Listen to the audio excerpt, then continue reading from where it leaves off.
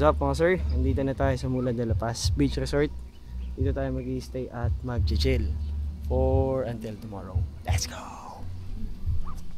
Happy siya oh. At this time, nandito pa rin tayo sa San Narciso, Zambales. Dito sa Crystal Beach Resort. Sobrang solid. Ang ganda rin ng spot nila dito, no? Perfect din for camping. Tsaka kung may mga dala kayong sasakyan, hindi kayo mahirapan sa parking actually. May mga mahilig mag-car camping dito. Ayun, parang marami silang tent dun sa harap actually. Then, di ka rin mahirapang maghanap ng lilim. Kasi as you could see, ang daming puno. Ganda lang din ang punta namin this time. Kasi it's Sunday already. And hindi na ganun ka-crowded. Kumbaga kasi, usually ang punta ng tao Saturday, Sunday. So, Sunday, uwian na. Kami naman, kadadating pa lang. Ayan, so, dito na namin napagplanuhang mag-dinner. We'll do some activities lang siguro din. Konting tambay, sunset. Tapos, yun na, pahinga. And then we'll see kung anong plano tomorrow. Ganda ng sunset, ganda na araw. At ang peaceful din ng paligid actually.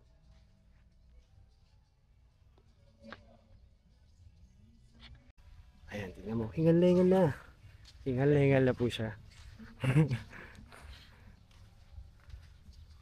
Yung sobrang Latina, pawisan na.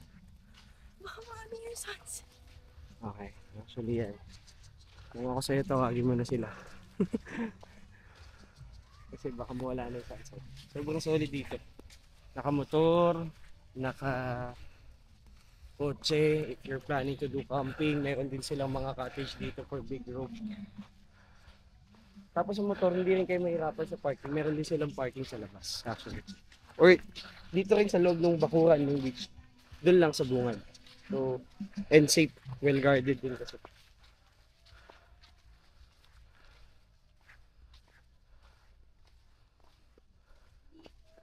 So pretty. Dito tumuloy silang Paul dati, tsaka sila din. Sila Paul. Hindi dito sila. Ha? Doon sa kabila.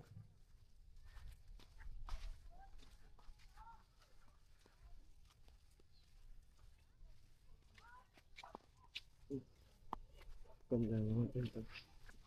Ganyan po gawain niya. Pagsusutin ako ng maayos para pagpunasan ng pawis. Kaso it's, wow, it's so nice. Hindi siya ganun ka white sand. Parang ganun din yung dagat actually dun sa amin sa Bataan. Pero syempre ito kasi parang dinevelop na rin nila for this type of amenities. Tingnan nyo. Yan. So, parang sarap din mag-inom dyan. Ay, hindi. Mag-dinner pala. Or kumain dyan. Tumambay while watching the sunset. Ibang-iba rin talaga yung sunset dito sa Zambales. Doon din sa amin actually. Lagi kong binibita kasi open sea. Walang nagbablock actually na any island doon sa view mo sa araw. Hindi naman nabago sa akin yung ganitong view kapag umuwi ako sa province namin. Pero still, nakakahanga pa rin eh.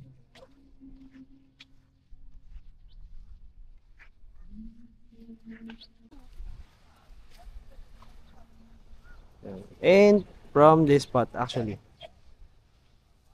makikita mo na dito yung isa sa sikat na isla dito sa Zambales. Ayun, yung Capones Island. Solid din dyan. Di ko pa napupuntahan pero parang ang ganda eh. Mga nakikita ko lang sa reels sa internet.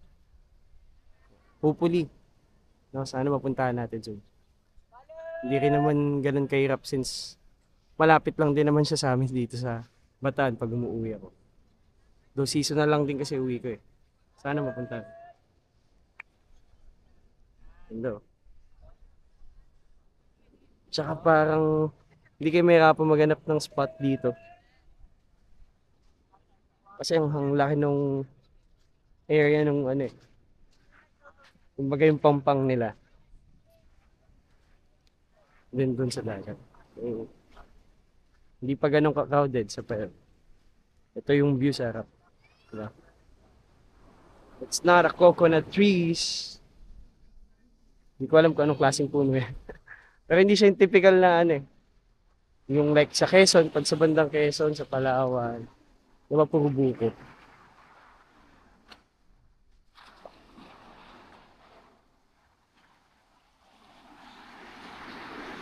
As usual, tamang picture na naman.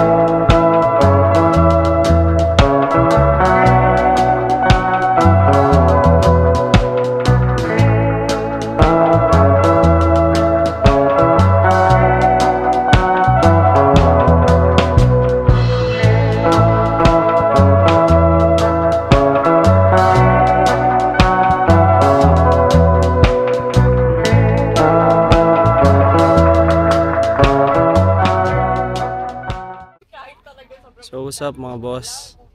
Ayan, katatapos lang ng dinner namin dito sa Crystal Beach sa San Narciso, Zambales. So hindi talaga kami dito naka-check-in.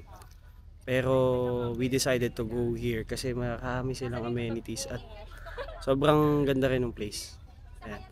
Yan yung pinakita ko sa inyo kanina. Sobrang ganda ng sunset. Tsaka ang ganda ng ambience sa area nila. Malaki yung area actually. So dito kami nag-dinner actually. Ayan. And sa mga nagpaplanong pumunta dito, may entrance fee sila na 350 per head. Then, consumable na yun. So, nagamit namin siya for dinner. For 5. Tapos ngayon, ito, konting pahinga lang kami. Coffee. Ayan, coffee by the beach. And then, after nito, babalik na kami dun sa resort kung saan kami nag-check-in. Magsiswimming. Tapos, konting shot siguro. Pampatulog lang. Yan.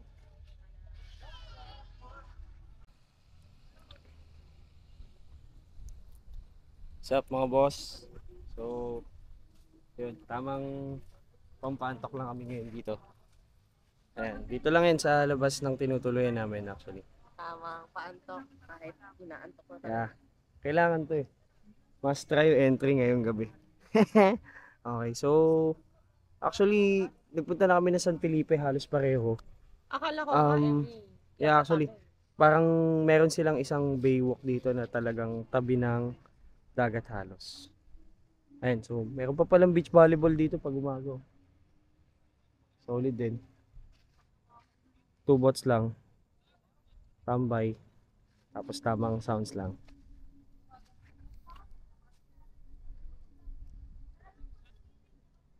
Ito lang ang trip ngayong gabi. Cheers! Let's go!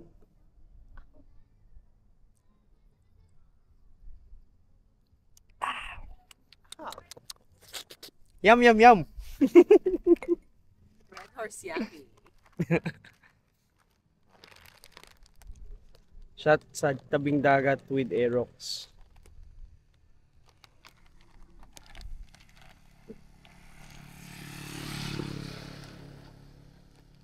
Solid din actually. Ano bang paano nilini ka? Mula de la Paz. Parang underrated din tong area ng San Narciso kung tutusin. True. Hindi siya ganun ka-modern compare sa ibang resort. Sa amin kasi dun sa Bataan, ang dami na rin talaga. Dito naman kasi may pagka LU vibes yung dating eh. Bar by the beach tapos mga kubo-kubo type lang. Pero kagandahan kasi hindi na ganun kahirap puntahan. Malapit lang din. From Manila. Lalo na sa amin, syempre. Galing lang kami ngayon sa Bataan. Halos 1 hour lang yung biyahe namin kanina. So, enjoyin na lang namin ngayon tong gabing to. Then, saka kami mag-swimming tomorrow morning. Hindi pa namin alam kung anong mga trip na activities na pwede namin gawin. Then, after nun, uwi na uli. Tapos, mag-relax ulit tayo sa Bataan naman. Ay, napakasarap. Sana lagi. Okay, sa'yo lang. Good night, everyone. Let's chill. Good morning. Yeah, just woke up. The time is 7:06. Ito nga pala yung tinuluyan namin. Good for 5 persons. So 1,000 per head. Actually, sobrang worth it na siya. Kasi very comfy naman yung place. At the same time, naka-aircon. Ito rin yung labas actually.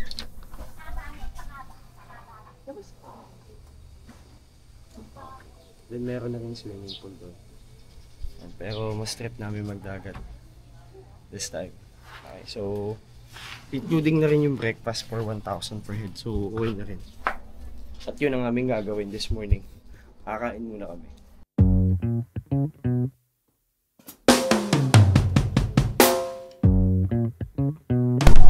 Okay mga sir, it's swimming time!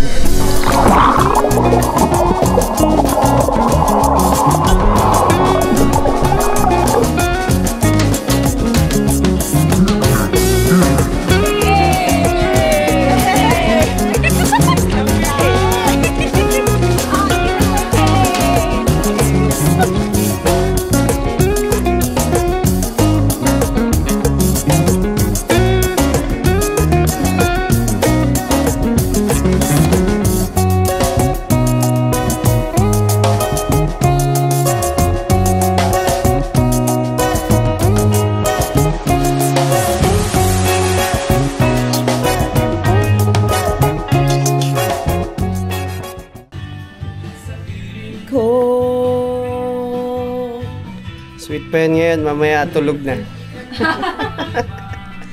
All set na tayo. Ayos na rin lahat ng gamit. Mag-helmet na lang, then we're about to go back or uwian tayo. Okay. So all set na lahat ng gamit natin. Isang mainit at short trip na naman ang ating gagawin pa uwi.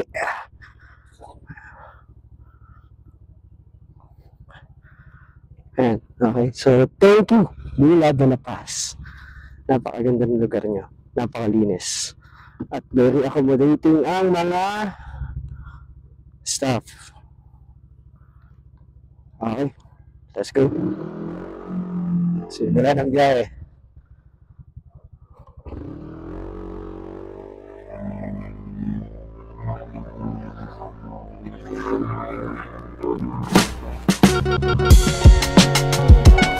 Solid na solid. Sobrang natural, walang halong chemical.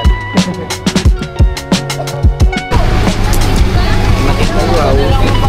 Solid yung init, solid din yung drinks. Sobrang sarap. Sobrang mura.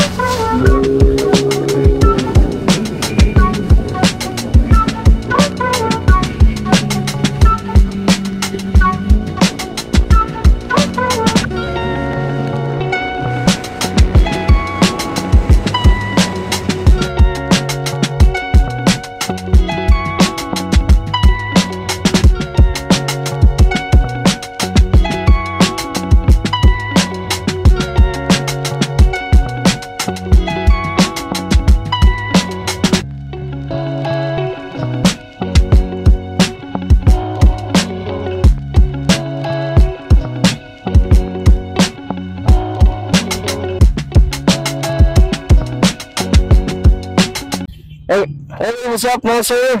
So, ngayong araw na to, tayo ay pabalik na ng Manila actually. So, meaning para sa akin ay tapos na ang maliligayang araw ko sa pag-uwi sa amin. And currently, nabiyahe na kami ng almost 1 hour already. Nandito na kami sa Dinalipian, Bataan.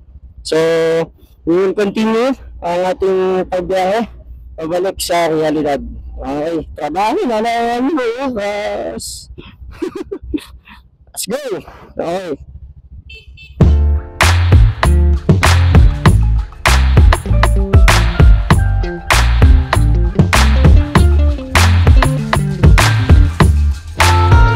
Alright, mga sir. So, currently, we are in the start of the last of Pampanga. And so, in a few hours, kasi nalulong din tayo. Currently, lahat ng hours, kasi sa South Park na tayo nilulong. But anyway, so, pasalamat sa pagsama sa aking mga trip sa biyahe na ito. Kasama nga ng gaon. Ano nun?